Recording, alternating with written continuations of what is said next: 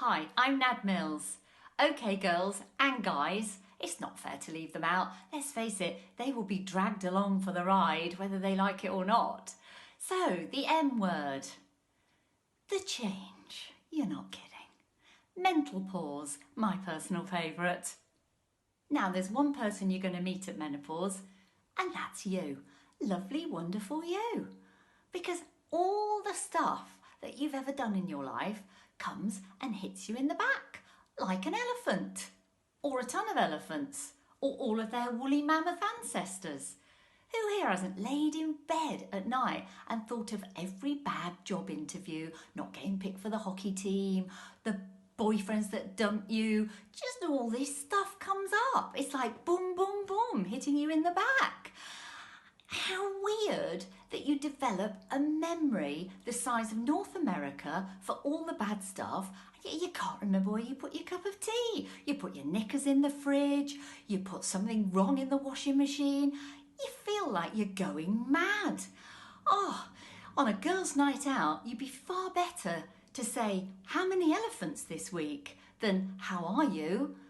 And that's the weird thing about symptoms. Apparently there are about 36. 36. Who's added that up? Some women get none. Some women get the full jamboree bag.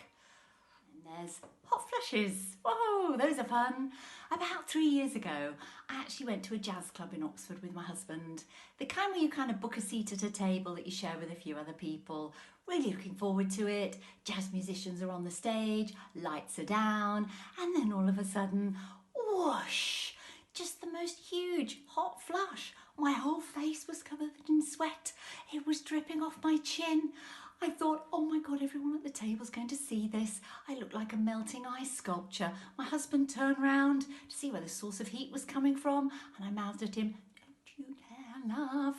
Oh God, it was just mortifying. Anyway, when the number stopped, I did the kind of fanning, clapping, doing this, trying to cool myself down, and that didn't work. So I just dived down and wiped myself on the tablecloth. I read somewhere that we need cooling foods to help us with our hot flushes, like cucumbers. I'll leave that to your imagination. Or you can buy a chillo, like a chilled pillow that you can sit on or lie on. Oh, what will they think of next? And then there's the lovely issue of dry down under.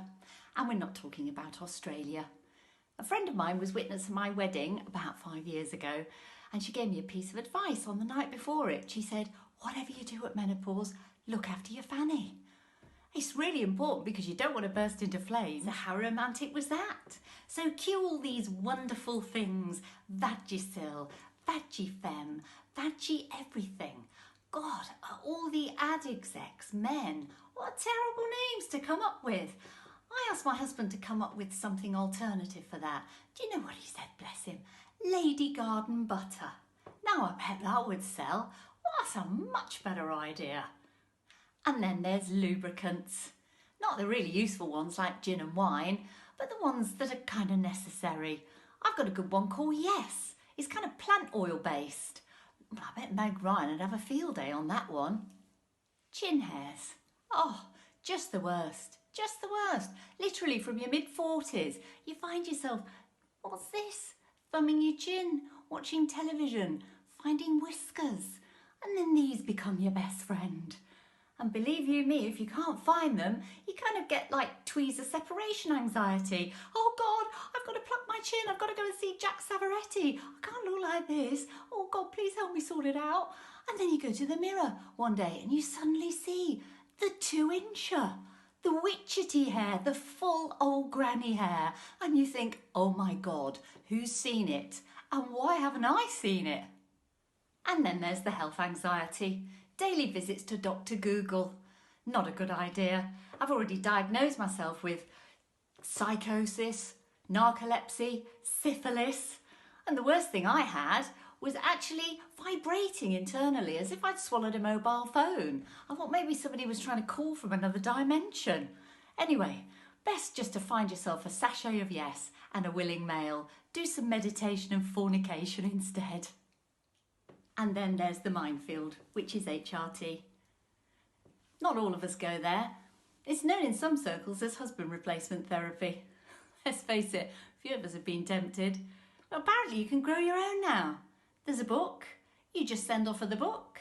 And then you send off for a bunch of seeds, linseeds, cress, that kind of thing. And you sprout them all. And you pick them. And you eat them. And it balances your hormones. Far easier than replacing your husband. As long as you don't have to sprout them from your chin, we'll be all right. As part of my journey, I decided to try a lady magnet, one of these. You just kind of pulls apart, you stick it in your knickers, and then go about your business. It bulges a bit, makes you look like there's something stuck down your pants. Not that most people notice, but the only problem was every time you went to the supermarket, you would attach to the trolley. So I'd grab a trolley, I'd put my coin in, I'd free the trolley, and then it'd be, oh, and we're off around the supermarket with the lady magnet attached to the trolley. All a bit embarrassing. And then you'd be over to the frozen peas counter and whoop, whoop, there we go again, attached to the frozen peas counter.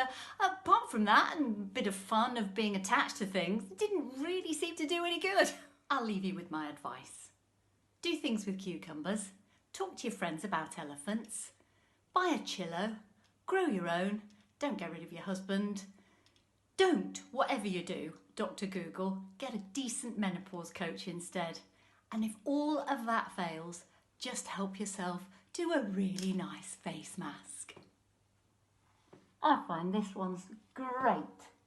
Puts me in the mood. Bye!